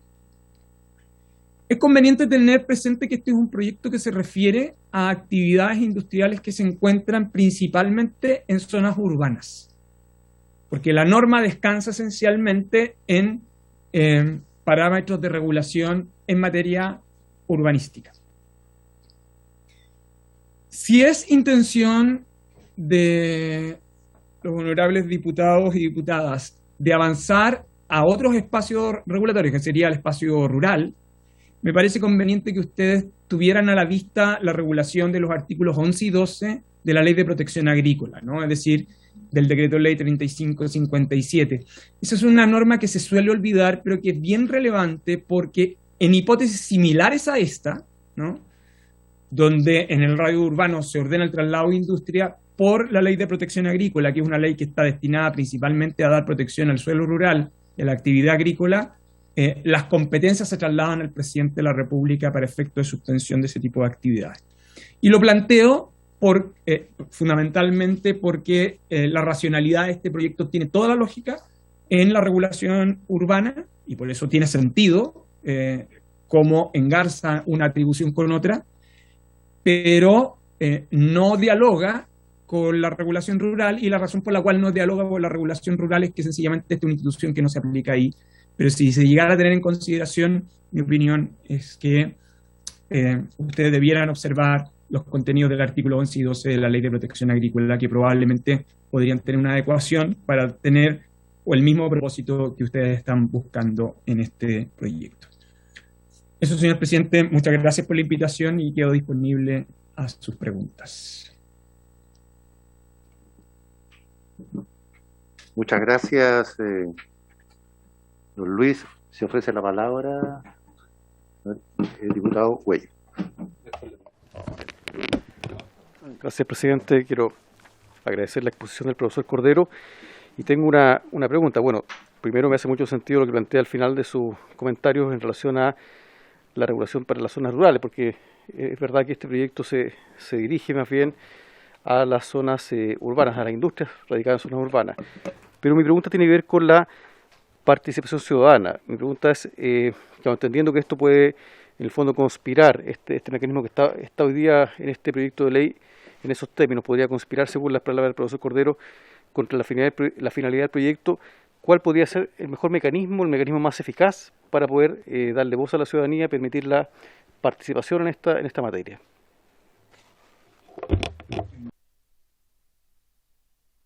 Señor presidente. Sí, por favor. En general, en materia de este tipo de conflictos habitualmente se suscitan por las modificaciones de los planes reguladores, ¿no? Entonces, que actividades que originalmente estaban permitidas quedan congeladas como consecuencia de esas modificaciones o cambios en la calificación industrial, los usos del suelo. Esos procedimientos habitualmente tienen etapas de participación ciudadana, pero para tratar de cumplir los objetivos, probablemente lo que uno debiera tratar de encauzar es que las comunidades pudieran tener derecho a realizar presentaciones sobre solicitudes de traslado de industria, en otros términos, que fuercen a los municipios. Uno de los grandes problemas que se suscitan en estos casos es que los municipios, como es una decisión que deben adoptar con informes técnicos, habitualmente no inician esos procedimientos de decisión. Entonces, lo que uno probablemente, para tratar de garantizar el espíritu que permite el proyecto, es legitimar a las comunidades a esa solicitud, ¿no? De modo que el municipio esté en la obligación de responder. Yo diría que el gran problema que hay entre el agua e industria es que hay omisiones municipales de respuesta frente a ese tipo de requerimientos. Entonces creo, en mi opinión, que la manera de trasladar y hacer efectiva ese proceso de participación que busca el proyecto es trasladar ese requerimiento desde las comunidades hacia los municipios y imponer a los municipios la obligación de respuesta, sea que tome la decisión, sea que no tome la decisión. Varios de los conflictos ambientales importantes, de los cuales probablemente ustedes tienen amplio conocimiento, uno de los instrumentos que siempre ha estado disponible es traslado de industrias. Y uno de los problemas que habitualmente se enfrenta es que los municipios no tienen respuesta del por qué no han ejercido esa atribución. Entonces, este sería un mecanismo, en mi opinión, estoy simplemente planteando una idea, yo creo que requiere un ejercicio más detenido desde el punto de vista del planteamiento normativo, pero eso además tiene el fin de permitir la participación, pero también por el otro, de trasladar a la entidad municipal la obligación de respuesta.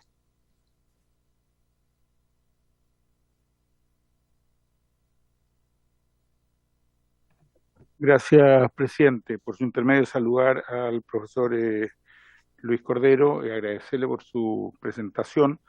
Yo creo que es muy adecuada en términos de que aporta también elementos en la búsqueda de ir, por cierto, mejorando el proyecto, tal como ha sucedido con algunos de los otros invitados que nos han ido ayudando en cuanto a precisión de algunos términos que pueden ser más adecuados y hacerla más coherente con el resto de la legislación y las normativas que hay actualmente. Yo tenía tres preguntas, una ya que respondía porque era también el tema de la participación ciudadana, pero me interesa saber en el caso, por ejemplo, que mencionaba de Coronel. Por lo que le entendí y lo que yo conozco es que la municipalidad quería hacer un plebiscito y la Contraloría le dijo que no sé, no entendí bien cómo fue la situación, pero porque lo que nosotros buscamos acá evidentemente es que la ciudadanía tenga mecanismos de participación sobre este tipo de procesos, así que pueda pronunciarse sin necesariamente estar amarrado a un solo mecanismo, pero que existan esos mecanismos de participación para que no sea una decisión discrecional o que solamente pasa por las instancias propias del municipio. En segundo lugar, respecto del lenguaje utilizado, efectivamente hemos recogido algunas reflexiones al respecto, tal como las hace el profesor Cordero por su intermedio, presidente, pero ahí quería preguntarle si puede precisar cuál de los términos él recomienda más utilizar cuando estamos hablando del tema de industria, establecimientos industriales o establecimientos afines, como para dejar más afinado, digamos, el proyecto y que después no quede abierto a dudas, digamos, en el momento de que se lo quiera utilizar. Y lo mismo respecto del término, ¿dónde se me quedó? El relacionado con el bienestar de la población, que claro, lo que abunda no daña, pero si él cree que de todas maneras es bueno mantener ese término de bienestar de la población, o bastaría con los que están ya, los que existen ya, como protección de la salud, etcétera. Esos son los temas, presidente. Muchas gracias. Gracias, diputado Virs. Sigue ofrecida la palabra. ¿Respondo, señor presidente? Perdón. Diputado Ulloa, disculpe, diputado. Me había pedido la palabra. Gracias, presidente. Preguntarle por su intermedio al profesor Cordero, a quien he seguido atentamente, y en el mismo sentido del diputado Cuello, para no denaturalizar la finalidad que tiene este proyecto, porque es muy importante, creo, lo que dice el profesor Cordero en el sentido de esto es un informe, finalmente es una decisión administrativa del alcalde fundada en 2 informes técnicos, eso está claro. Pero lo que yo entiendo de lo que dice el profesor Cordero es que dar la participación ciudadana en el fondo como inicio del procedimiento, para no caer en el procedimiento contradictorio en el fondo. Así lo entendí yo, es decir, cambiar el inicio, por ejemplo, que este procedimiento podrá iniciarse a solicitud de un grupo de vecinos, etcétera, etcétera, reducirlo ahí para no caer en un procedimiento contradictorio que podría naturalizar completamente el proceso o la finalidad de este proyecto.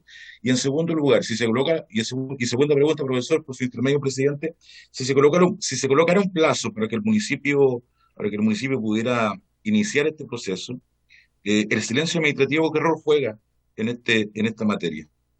Eso, presidente. Gracias, profesor. Gracias, diputado. Profesor Cordero, por favor.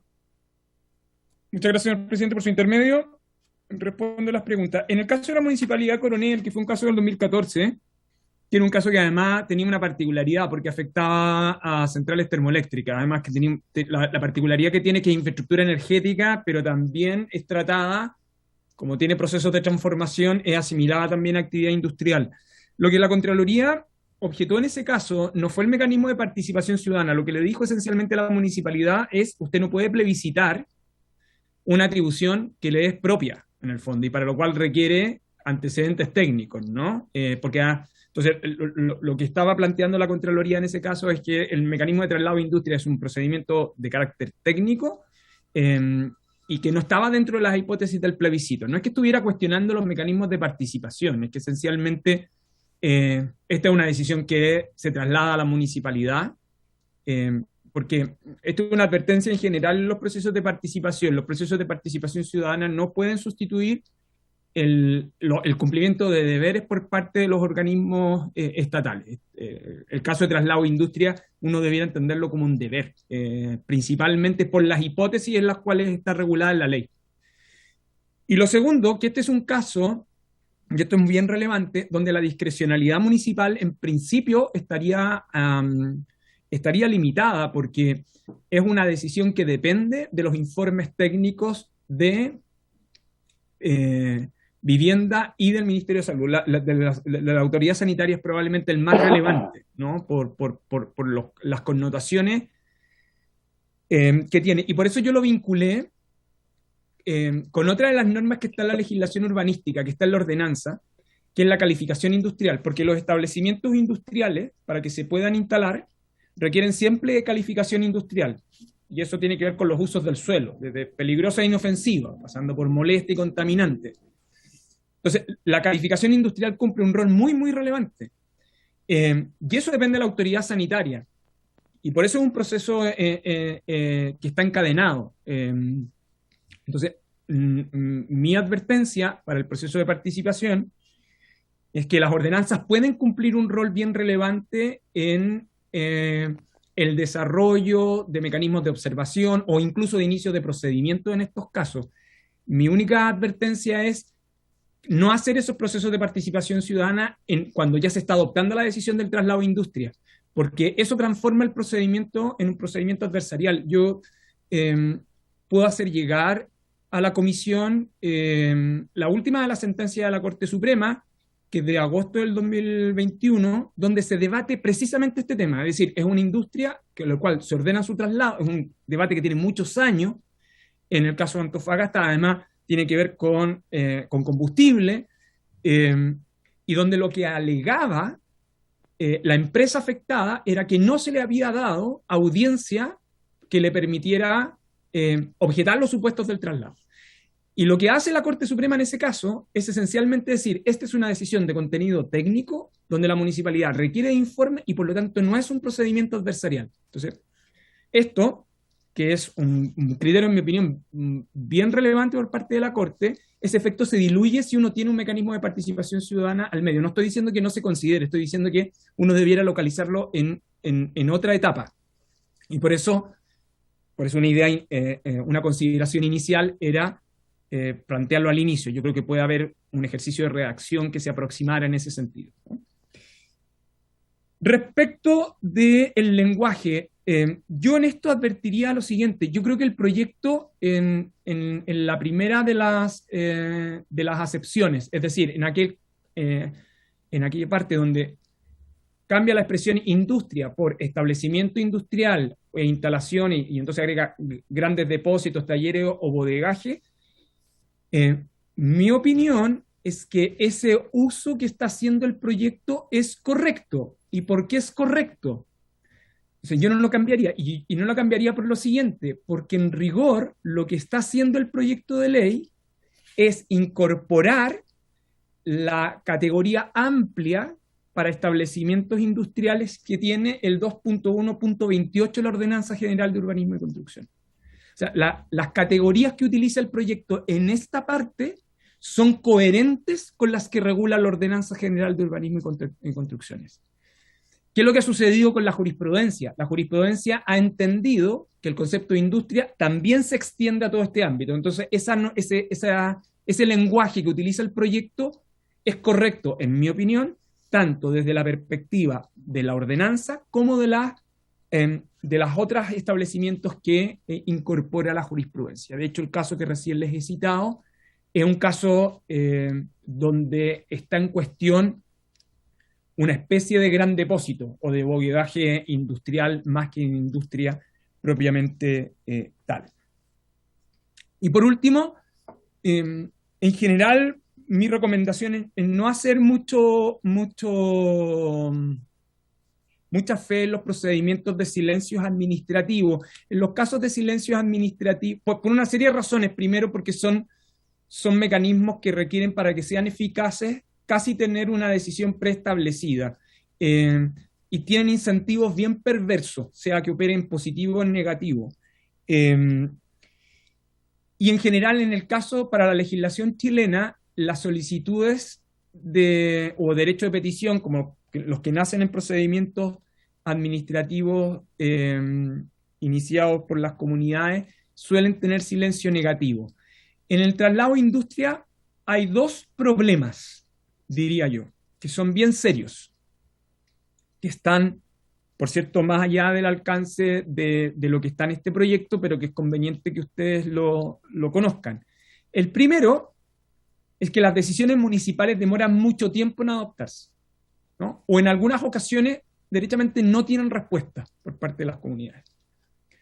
Y la segunda, que yo creo que también es relevante, es que varias de las decisiones donde hay traslado de industria, este es un tema que ya excede este proyecto, por cierto, los plazos que se otorgan en los decretos municipales también se prorrogan muchas veces. Y las razones son múltiples. En ocasiones la industria no tiene dónde trasladarse objetivamente, o hay cuestiones más estructurales, como lo que tiene que ser el cierre, etc. Entonces, esos decretos suelen a su vez tener mucha demora. Por eso, cuando uno analiza los casos jurisprudenciales, los casos exitosos son todos casos que tienen mucho tiempo. Hay muchos años donde se ha producido el debate sobre traslado de industria. Pero estos dos últimos datos que yo les he entregado, se los dejo a su disposición, no porque tenga, o sea, tienen relación con el proyecto, pero en mi opinión es relevante que ustedes tengan el contexto en el cual se da el ejercicio de atribución de traslado de industrias. Eso, señor presidente. Muy bien, queremos de verdad agradecer al profesor de Derecho Administrativo de la Universidad de Chile, señor Luis Cordero, la brillante presentación que ha hecho. Le agradecemos mucho, profesor. Muchas gracias a usted, señor presidente. Queremos saludar queremos saludar también, ¿cierto?, al profesor de Derecho y Regulación Ambiental de la Universidad de Chile, señor Ezio Costa. Bueno, presidente, tenemos la palabra. muchas gracias por la invitación. Por su intermedio voy a proyectar una presentación, si es que los encargados tecnológicos me lo permiten. Ahí está.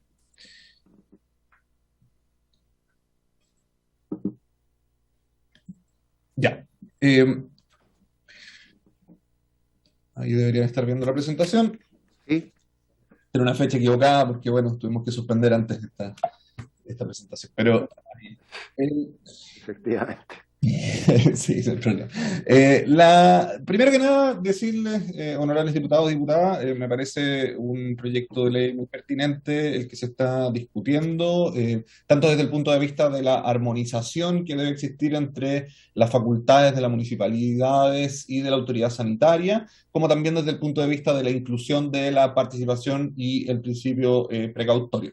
En este sentido, mis observaciones respecto del proyecto creo que son muy compatibles con las que acaba de hacer el profesor Cordero, sin perjuicio de que tenemos valoraciones diferentes sobre la inclusión particular de la participación y el principio precautorio, donde a mi juicio al menos ambas inclusiones mejoran la legitimidad de estas medidas, sin perjuicio de que existan algunas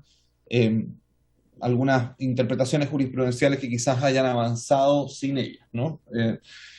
Pero voy a hacer algunas menciones a estos dos puntos también mientras vemos los artículos y mientras vemos el resto de la presentación, en el cual lo que he intentado es observar las normas que se proponen desde los resultados que se buscan en el proyecto, ¿no? Este resultado que se busca, que es la armonización y la incorporación de la participación y el principio precautorio, supone que hay tres normas distintas finalmente de relocalización. Dos normas que están en la Ley General de Urbanismo y Construcciones, una que está en el Código Sanitario, las tres que facultan a alguna autoridad para hacer esa relocalización con distintas racionalidades y distintas formas de aplicación. La primera de ellas entonces es la del artículo 160, aquí no es necesario por supuesto leer esto, esta es la norma en la forma en que propone el proyecto de ley en discusión, y respecto de esa forma me parece pertinente hacer un par de apreciaciones, y entonces lo que sigue de presentación va a estar ordenado de acuerdo a esas observaciones en particular. La primera observación respecto de este artículo 160 es el alcance de el concepto de emanaciones dañinas o desagradables. Se incluye dentro de estas emanaciones ruidos, trepidaciones u otras molestias al vecindario, pero de cualquier forma los adjetivos que se utilizan para describir este tipo de emanaciones dañinas o desagradables pueden ser adjetivos que son demasiado abiertos en términos de las posibilidades que existen efectivas de la municipalidad de hacer, de usar su facultad y generar la relocalización, y también para efectos del control judicial que puede existir. Particularmente el concepto de desagradables es un concepto que puede ser muy, muy abierto. Entonces, me permito hacerles algunas propuestas en este sentido, y de que se incorporen ciertos criterios para darle mayor certeza a esta idea de molestia, de daño o desagrado. En primer lugar, un criterio muy sencillo, que es el incumplimiento de la normativa ambiental, que permitiría darle a los alcaldes una certeza de cuándo pueden efectivamente ocupar esta facultad.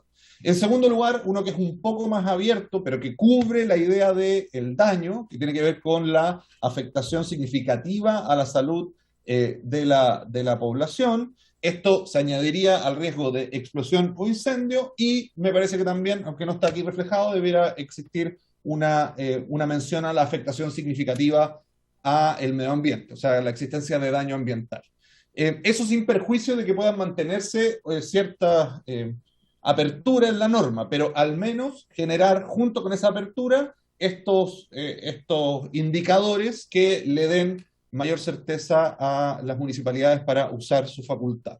También porque, y aquí adelanto algo que voy a decir al final, pero que es importante a propósito de las preguntas que le hacían al profesor Cordero, también porque, a mi juicio, una de las cuestiones que debiera incorporarse en esta norma, en todas estas normas, es la posibilidad de denuncia. Precisamente lo decía el profesor Cordero cuando le preguntaron sobre la participación ciudadana, la posibilidad de denuncia que mueva un procedimiento administrativo frente a la municipalidad para permitir la relocalización es una de las mejores formas en que se puede dar participación ciudadana, y para que esa participación sea eficiente, sea efectiva, también la certeza de cuándo puede solicitarse esa relocalización es importante. Entonces, la existencia de incumplimiento normativo, la existencia de daño a la salud, la existencia de daño al medio ambiente, tienen un nivel de certeza mayor porque pueden estar declaradas ya, por ejemplo, en una sentencia de un tribunal ambiental. En segundo lugar, respecto de esta misma norma, se incorpora este inciso que señala que los informes deberán contener los criterios técnicos aplicables en materia en cuestión, con enunciación de las normas de emisión y calidad correspondientes.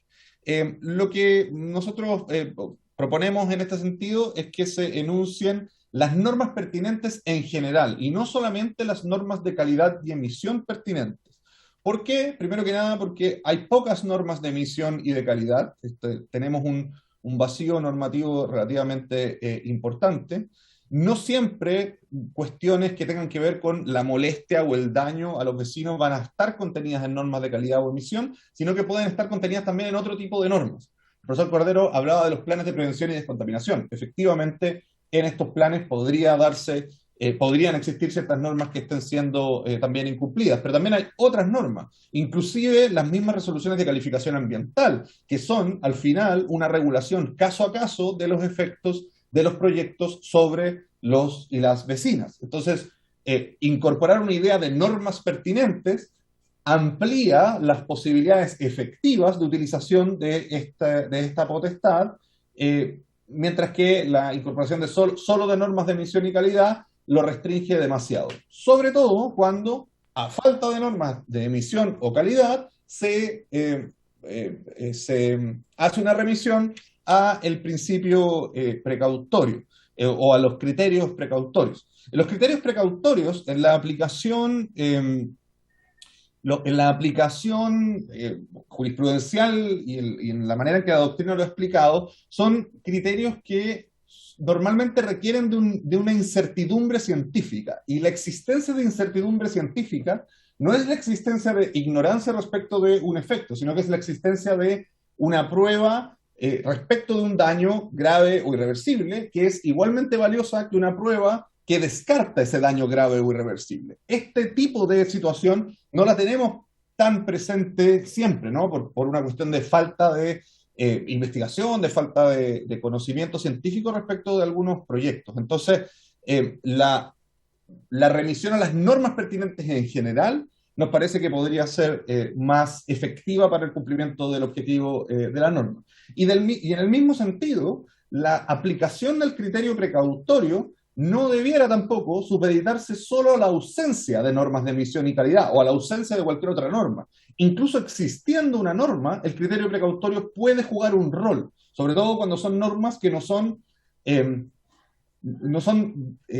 del todo certeras en sus límites, ¿no? No es una norma que dice de 1 para arriba hay daño, de 1 para abajo o de 0,9999 para abajo no hay daño, sino que generalmente las normas pertinentes en materia ambiental son normas que tienen algún grado de apertura y por lo tanto el criterio precautorio en esa decisión puede ser importante. Eso es lo que respecta al artículo 160 entonces. Ahora, en lo que respecta al artículo 62, dice los establecimientos industriales, instalaciones que se encuentren mal ubicados, que causen molestia o daños al vecindario. Respecto de esto, notamos que el concepto de mal ubicado es un concepto que puede hacer referencia, o por supuesto hacer referencia a un uso de suelo que no es correcto, pero ello puede producirse tanto al inicio de un proyecto como por causa sobreviniente, o sea, por un cambio del plano regulador. Lo normal es que suceda por un cambio de plano regulador. Esa es la hipótesis que habitualmente se da. Pero podría ser también que desde un comienzo esté mal ubicado, en el sentido de que se haya declarado que es un tipo de industria, pero en realidad sea otro tipo de industria luego de observarla operar. Y se sugiere en este sentido que se haga una diferenciación entre ambas hipótesis, pero que se exprese que ambas hipótesis pudieran suceder.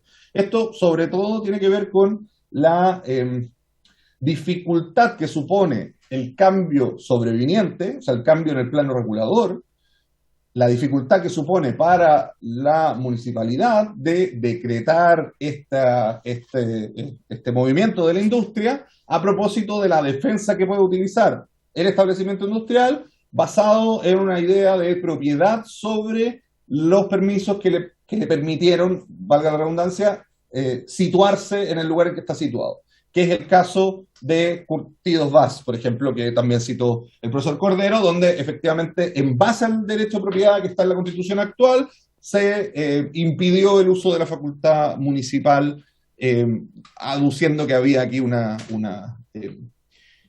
derecho adquirido, ¿no? No lo hay, pero de todas maneras la existencia de una regla que expresamente señale que un cambio de plan regulador o de cualquier otro plan de instrumento de ordenamiento territorial podría disparar esta facultad, haría aún más difícil que en el futuro algún tribunal considere que no es posible aplicarla cuando esto suceda.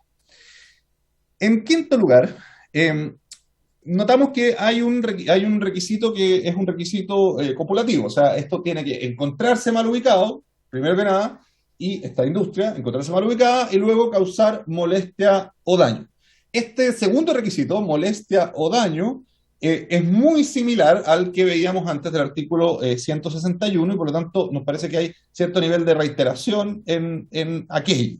Y sugerimos que se modifique por que pudiera causar daño al medio ambiente, la salud o la vida de la población circundante, y entonces que aplique esto para los casos de mala ubicación sobreviniente, siendo un concepto que creemos nosotros se armonizaría mejor con la potestad del artículo 161.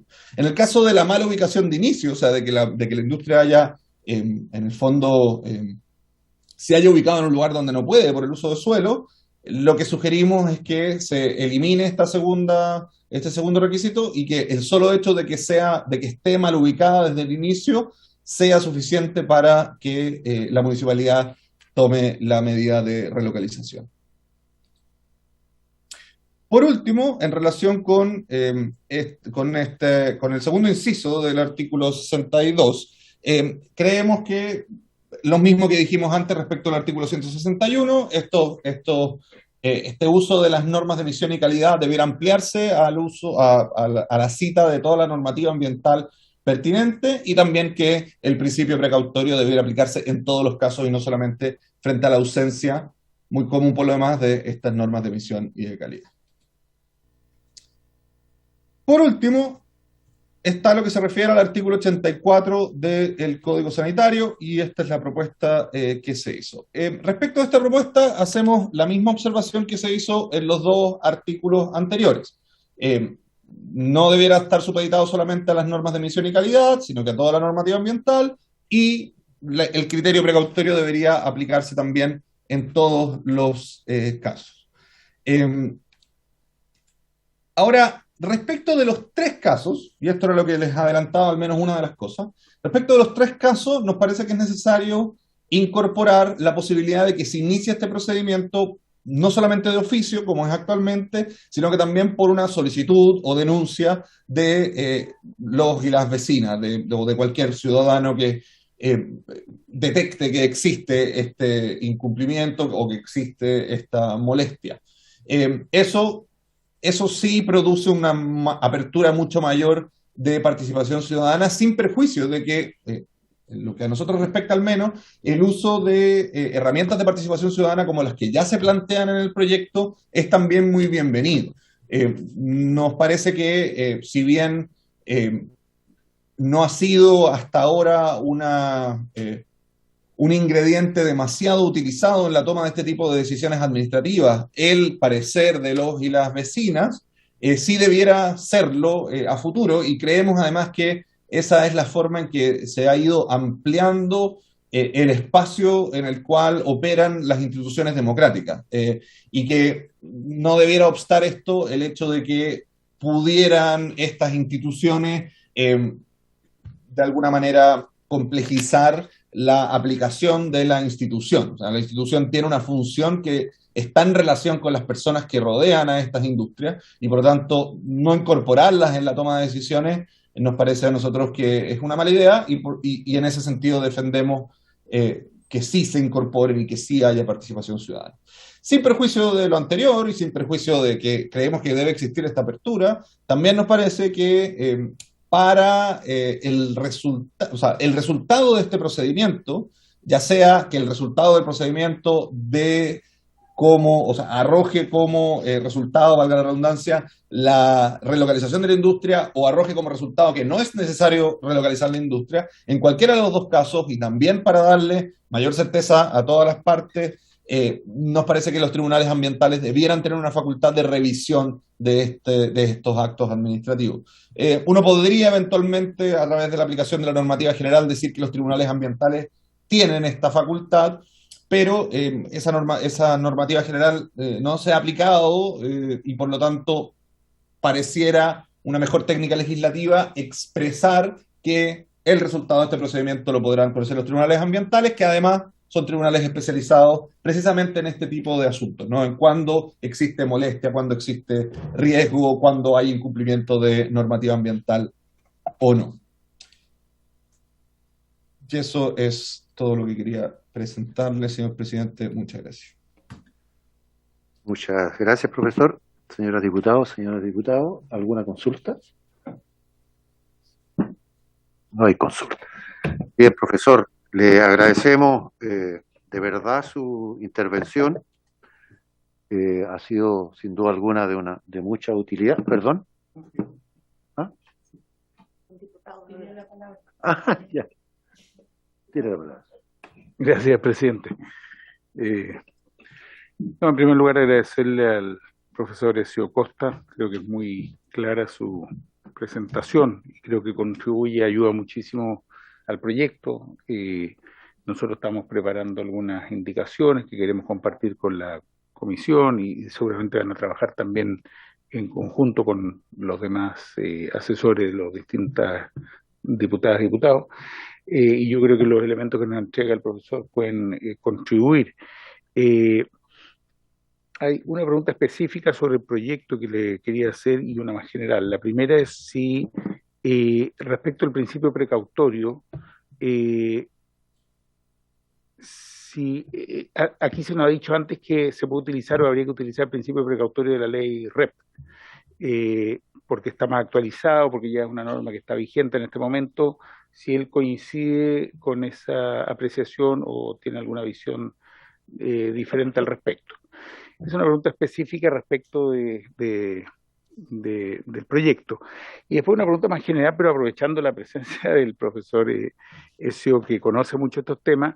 Por supuesto, esto ya es una apreciación mucho más amplia, pero si teniendo en cuenta que está el borrador, no sé, he tenido la oportunidad de verlo, de la nueva Constitución, la propuesta al menos, el borrador, si hay normas y que contiene muchas normas en materia ambiental, salud, etcétera, si le parece que hay algo que contradice o por el contrario que facilita, y no estoy aquí buscando hacer apología de una posición u otra, simplemente quiero entender si ensambla bien eventualmente con lo que se plantea allí, si es que ha tenido la oportunidad, evidentemente, de poder verlo. Eso, presidente, muchas gracias. ¿Contesto, señor presidente? Muchas gracias por su intermedio. Diputado Hitch, muchas gracias por las preguntas. A ver, respecto de la primera, el concepto que se contiene en la ley 20.920, la ley REP, efectivamente es un concepto de principio precautorio que calza muy bien con el concepto que se usa de principio precautorio. O sea, es un buen concepto, no creo que debería utilizarse. Es precisamente el concepto que maneja la doctrina en general y los acuerdos internacionales, por lo tanto, estoy de acuerdo con lo que señala. Respecto de la segunda pregunta, por supuesto requeriría de un examen un poco más largo, darle una respuesta muy acabada, pero en principio, y sí he tenido la posibilidad de estudiar el borrador de la propuesta de nueva constitución, y me parece que en principio engarzaría bien este proyecto de ley con la nueva constitución, en particular porque el proyecto de nueva constitución contiene también el principio precautorio, contiene una serie de normas relacionadas con la participación ciudadana, particularmente el derecho a la participación ciudadana. También está contenido el derecho a la participación ciudadana en el acuerdo de Escazú, en todo caso recientemente ratificado. Y particularmente porque la utilización de esta facultad que tienen las municipalidades y la autoridad sanitaria es una manifestación de la función social de la propiedad. Que en el caso de la Constitución vigente de 1980, esa función social de la propiedad incorpora la idea del patrimonio ambiental como uno de los que posibilita a la legislación llevar a cabo limitaciones a la propiedad. En el caso de la nueva Constitución, se reconoce, del proyecto de nueva Constitución, se reconoce la función ecológica también de la propiedad, y por tanto se especifica un poco más cómo es que deben las distintas propiedades utilizarse, en este caso el de una industria, utilizarse de tal manera que no dañen la salud y el medio ambiente. Esta facultad que se le otorga a las municipalidades y a la autoridad sanitaria no solo dialoga muy bien con eso, sino que se construyen sobre una idea muy similar. Por lo tanto, en principio, creo que está bien alineada con la nueva Constitución, siendo también un artículo que es constitucional actual, o sea, un proyecto que es constitucional actualmente. Eso.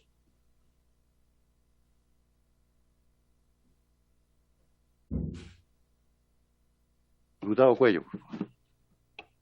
Gracias, presidente. Una pregunta para el profesor Ezio Costa respecto de la participación.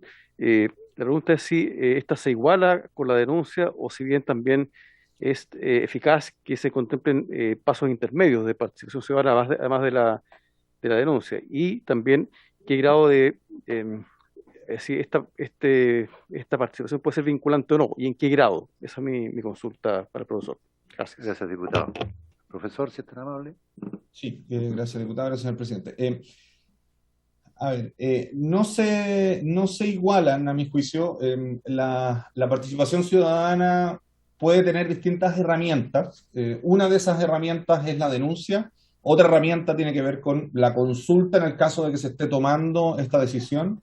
Me parece que la consulta debe existir con o sin denuncia, a propósito de que la denuncia, por ejemplo, podría ponerla, no sé, un grupo de vecinos X, pero podría haber un gran número de otros vecinos que tengan una opinión distinta, y no incluirlos también supondría un problema social que puede ser prevenido mediante un buen proceso de deliberación ciudadana, como los que debieran llevar a cabo los municipios en estos casos.